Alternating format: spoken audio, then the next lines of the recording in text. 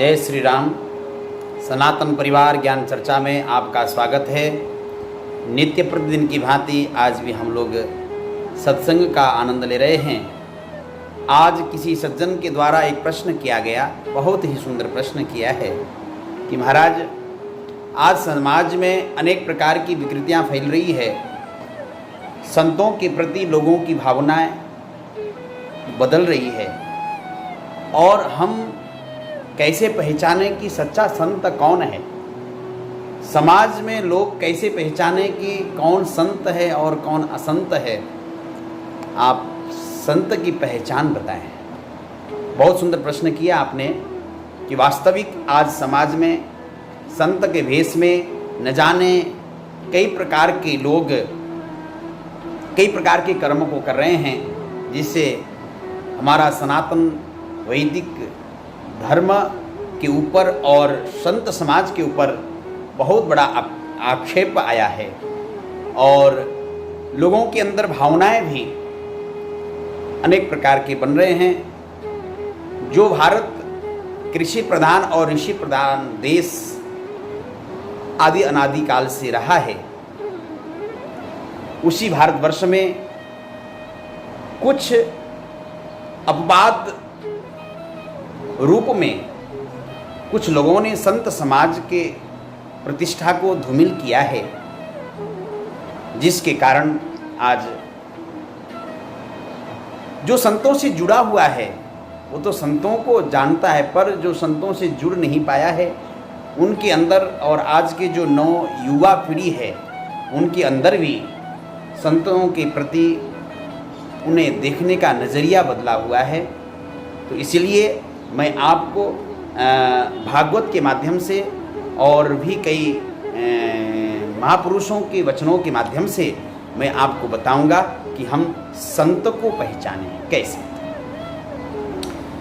भागवत में कपिल भगवान ने माँ देवहूति को संत के बारे में बताया। माँ देवहूति ने भगवान से पूछा कि प्रभु, मुझे आत्मज्ञान, मेरे मन में शांति कैसे मिले।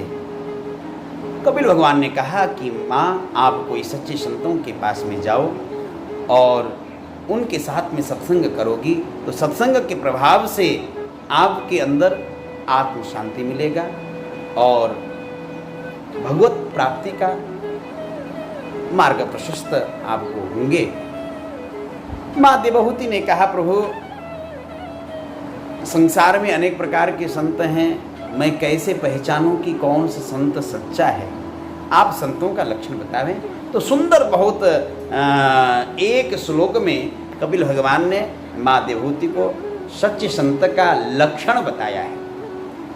ये बाहरी लक्षण है संत के। तितिक्षवः कारुणिकाः सुहृदः सर्वदेहिनां अजातशत्रवः शान्तः साधवः साधुभूषणः। तितिक्षवः, तितिक्षव यानी सहनशीलता, सहजता। साधु के अंदर सहजता होना चाहिए, सहन करने का क्षमता। कोई कुछ कह दे तो भी ठीक है, कोई देवे गाली या चाहे कोई करे पूजा, उसमें भी मस्त, जिसको किसी प्रकार का कोई फर्क न पड़े। सर्दी गर्मी धूप बरसात, इसके अलावा संसार के अनेक प्रकार की बातें हैं। कोई कुछ कहता है, कोई कुछ कहता है, उन सबको सहन करने की क्षमता। एक बार क्या हुआ, भगवान बुद्ध एक आम के वृक्ष के नीचे ध्यान मुद्रा में बैठे हुए थे।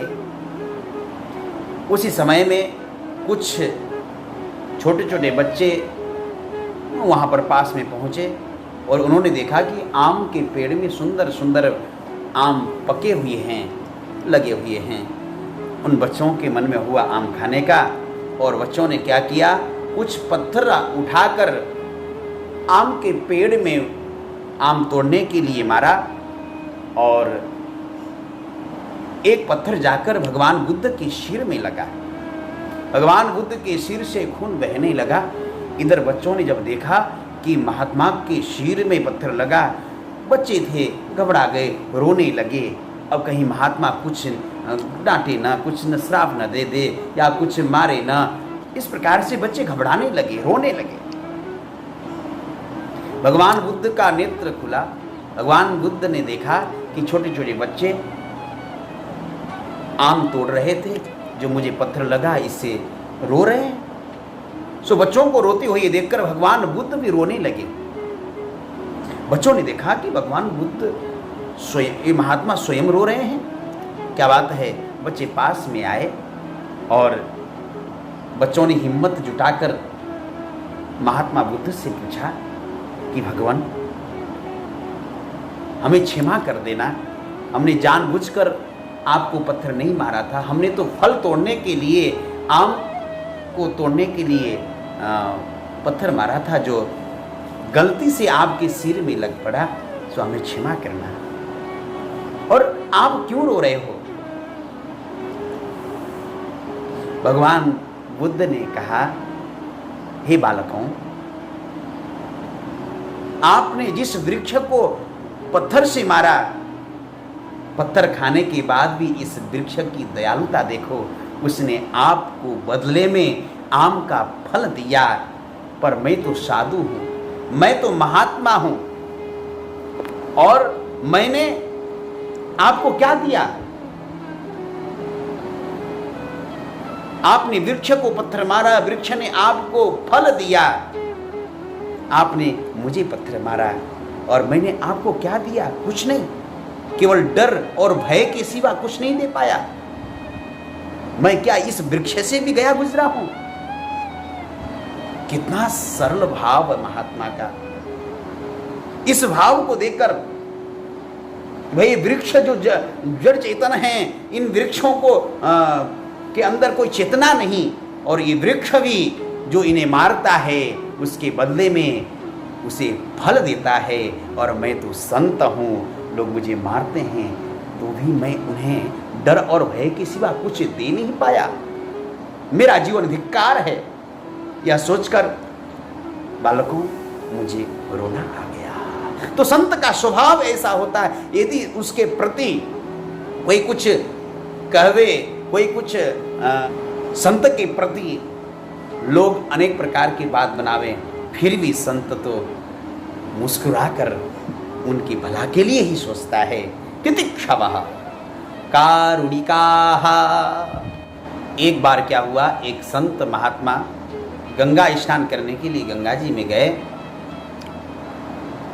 गंगा स्नान कर रहे थे, उन्होंने देखा एक बिच्छू उस जल में बहता हुआ आ रहा था, और बार बार वो अंदर पानी के अंदर डूब रहा था, फिर बाहर आ रहा था। महात्मा को करुणा आई, दया भाव महात्मा के अंदर सहज भाव जागृत हुआ, और महात्मा उस बिच्छू को बचाने के लिए अपने हाथ से जल से उस बिच्छू को बाहर फेंकने लगे। और जैसे ही महात्मा उस बिच्छू को हाथ में लेते और वो बिच्छू महात्मा के हाथ में डस देता और फिर वो जल में गिर जाता। महात्मा फिर उसको बचाने के लिए जैसे बाहर फेंकने लगते उठाकर, तो फिर वो बिच्छू महात्मा के हाथ में डस देता। बार बार जैसे डसता और फिर पानी में वो जल में गिर जाता। महात्मा बार बार उस बिच्छू को बचाने का प्रयास कर रहे थे, पर वो बिच्छू बार बार महात्मा के हाथ में डस रहा था। एक पास में बैठा हुआ व्यक्ति ने देखा और कहा, बाबा जी ये क्या कर रहे हो? आप देख रहे हो, आप जान रहे हो, आपको मालूम है कि ये बिच्छू का स्वभाव है डसने का, इसको हाथ में लेते ही ये डसता है, पर आप यह जानते हुए भी बार बार इस बिच्छू को हाथ में लेकर बाहर फेंकना चाहते हो।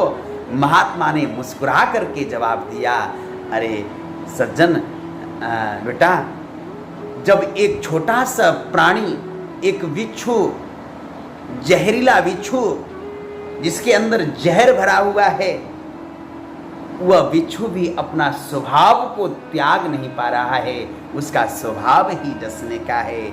और मैं तो एक संत हूँ और मेरा स्वभाव तो दया करने का है, करुणा करने का है। मैं अपने स्वभाव को कैसे बदल सकता हूँ? कारुणिका, संत का स्वभाव करुणा से भरा हुआ न होना चाहिए। और सुहृद सर्वदेहिना, सर्वदेहिना, सभी देहधारियों के अंदर एक भाव, समभाव हो, जिसके अंदर समता हो, पक्षपात न हो। भाई कई बार जो मान प्रतिष्ठा के लोभी होते हैं, वो पक्षपात अधिकतर उनके अंदर स्वभाव बन जाता है। भाई पास में कोई बड़ा भगत या कोई बड़ा व्यक्ति आ जाए तो उसके लिए अलग से व्यवस्था, और कोई सामान्य परिवार आ जाए तो उसकी ओर देखते भी नहीं। ऐसा पक्षपात नहीं होना चाहिए। समदर्शिनः सर्वदेहिना, समभाव होना चाहिए। सभी प्राणियों में एक समता का भाव हो। और अजात शत्रवः शान्तः, और अजात शत्रु, जिसका कोई वैरी न हो, जिसका कोई अपना दुश्मन न हो, भले लोग उसे अपना दुश्मन मान ले पर कोई फर्क नहीं पड़ता, उसका कोई वैरी न हो। उमा संत के यही बड़ाई, और मंद करत जो करे भलाई। अरे संतों का तो यही बड़ाई है जो उसके प्रति अनहित सोचता है, उसका बुरा चाहता है, फिर भी संत उस बुरे चाहने के लिए भला ही सोचता है, उसके प्रति उसका अच्छा ही सोचता है। ये संत का स्वभाव है। अजात शत्रवः शान्तः, एकदम शांति से रहें, शांत रहें। और साधवः साधुभूषणः, ये साधुओं का आभूषण है, ये बाहरी आभूषण है। बाहर से आप देखो तो पहचानने के लिए ये एक चिन्ह है, पर अंतर का लक्षण भी होना चाहिए। केवल बाहरी वेशभूषा से ही वह सच्चा संत नहीं कहलाता, उसका अंदर का भी लक्षण ऐसा होना चाहिए। वो लक्षण क्या है? मयि अनन्य भावेन भक्ति कुर्वन्ति ये नराः, मयि अनन्य भावेन भक्ति कुर्वन्ति ये नृणाम। भगवान श्री कृष्ण कहते हैं कि वो मेरा अनन्य भक्त है, वो संत है जिसके अंदर मेरे प्रति अनन्य भक्ति है। अनन्य का मतलब न अन्य इति अनन्य, केवल शिवाय एक परमात्मा के, जिसके अंदर किसी के प्रति कोई, उसके प्रति कोई दूसरा नहीं। जैसे एक पतिव्रता नारी अपने पति के सिवा दूसरे के प्रति मन में भाव ही नहीं सोचती है। पति के नाते वो सबका सम्मान करती है, ससुर का, देवर का, जेठ का, अपने रिश्तेदारों का, सबका वो सम्मान करती है, पर वो अपने हृदय में अपने पति को ही रखती है। उसके स्थान में किसी और का वो प्रवेश करने नहीं देती। ठीक उसी प्रकार से अनन्य भक्त वो है, अनन्य संत वो है जो एक श्री राम का, एक कोई भी इष्ट उनका हो, उनके प्रति लोगों को, समाज को प्रेरित करते हुए उनके अंदर उसकी भक्ति का प्रचार जो करता हो।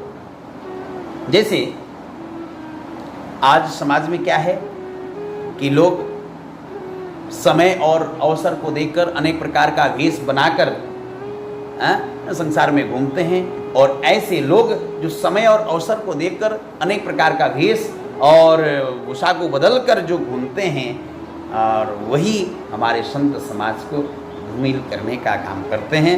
ऐसे लोगों से हमें बचना चाहिए। आप प्राय देखें, एक सदे सब साधे सब जाए। जो एक को पकड़ता है, जो एक का बनकर रहता है उसको संसार में सब कुछ मिलता है। जैसे आप कुआं खोदो, आप ट्यूबवेल खोदो, आप अलग अलग जगह में थोड़ा थोड़ा मिट्टी खोद कर निकालोगे तो आपको पानी नहीं मिल पाएगा। आपको पानी चाहिए तो आपको एक ही जगह में खुदाई करनी पड़ेगी, और जब आप एक ही जगह में खोदते जाओगे तो वहाँ से आपको पानी स्वतः मिल जाएगा। अलग अलग खुदाई करने से आपको पानी कभी मिल नहीं सकता है।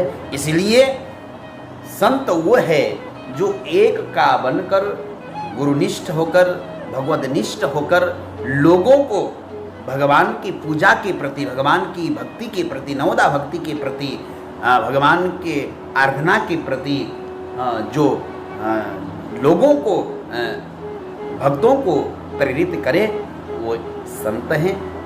न कि स्वयं को भगवान कहलाकर स्वयं की को पूजा कराने में यदि कोई लगता है, स्वयं को पूजा करवाता है और कहता है कि मैं ही भगवान हूँ, तो ध्यान रखना वो संत नहीं हो सकता है। वो सबसे बड़ा आडंबरी और सबसे बड़ा पाखंडी और वो सबसे बड़ा संत समाज का एक धब्बा है। इसलिए आप पहचाने, इसलिए कहते हैं पानी पियो छान के और गुरु बनाओ जान के। कई ऐसी लक्षण हैं। निरप्रेक्षम मुनि शांतम निर्वैरम समदर्शनम। निरप्रेक्षम शब्द वो है किसी के से कोई अपेक्षा ही ना करे। अरे वो संसार से क्या अपेक्षा करना? संसार, दुनिया तो संतों से अपेक्षा करता है, पर लोग दुनिया से अपेक्षा करते हैं कि फलाना भगत आ जाएगा, फलाना इतना कुछ दे देगा, उसको किस प्रकार से हम अपने बस में कर लें, या उससे इतना पैसा हमको लेना है, किस प्रकार से, कैसे वाणी बोलकर, क्या युक्ति लगाकर जो इस प्रकार का धंधा करता है, तो मुझे लगता है कि वो संत नहीं हो सकता है। संत का वेश चोला पहना हुआ एक व्यापारी हो सकता है। मुनि शांतम, संत मुनि वो है जो शांत रहते हैं, और निर्वैरम समदर्शनम, जो किसी से वैर भाव न करते हुए, समदर्शनम, सबके अंदर, चाहे वो गरीब हो, चाहे वो अमीर हो, चाहे वो उच्च कुल का हो, चाहे वो नीच कुल का हो, वो किसी भी समाज का क्यों ना हो, अगर वो उसके शरण में आया है या उसके पास में आया है तो उसे भगवान की शरण तक पहुंचाना, भगवत मार्ग को बताना, और उसके जीवन के कोई भी यदि कोई संकट हैं या उसके जीवन में किसी प्रकार के संशय हैं तो उन संशयों को दूर करके उसके संकट से वो किस प्रकार से उबरे, इस प्रकार का मार्ग बताना, भगवत मार्ग बताना, भक्ति का मार्ग बताना, ये संतों का कार्य है। नहीं तो महाराज, एक गुरु गीता में भी लिखा है और पद्म पुराण में भगवान शिव माँ पार्वती से कहते हैं कि देवी पहवो गुरवो शंति शिष्य वित्त पहार का। संसार में ऐसे गुरु, ऐसे संत बहुत होंगे जो पहवो, खूब बाढ़ लगेंगे ऐसे लोगों का, जो शिष्य वित्त पहार का, जो अपने शिष्यों के वित्त धन को हरण करने में लगेंगे। पर दुर्लभो सद्गुरु देवी, हे देवी, ऐसा सत्पुरुष संत, ऐसा सद्गुरु तो दुर्लभ ही मिलेगा, जो शिष्य संत पहार का, जो शिष्य संतापहार का, जो अपने शिष्य का जो संकट है, संताप है, उसको हरण करके उसके मन में शांति प्रदान करें। जो ऐसा भाव जिसके अंदर हो वही संत का लक्षण है। इसीलिए मेरे भाई, आप इन सब पहले गुणों को आप देखें और देखने के बाद ही उसे सच्चा संत माने और उसके शरण में जाएं, तो अवश्य ही आपका भी उद्धार होगा, हमारा धर्म का उद्धार होगा, हमारा समाज का कल्याण होगा, और हमारा जो वैदिक सत्य सनातन धर्म है उसकी रक्षा होगी। जय श्री राम, जय श्री गोविंद।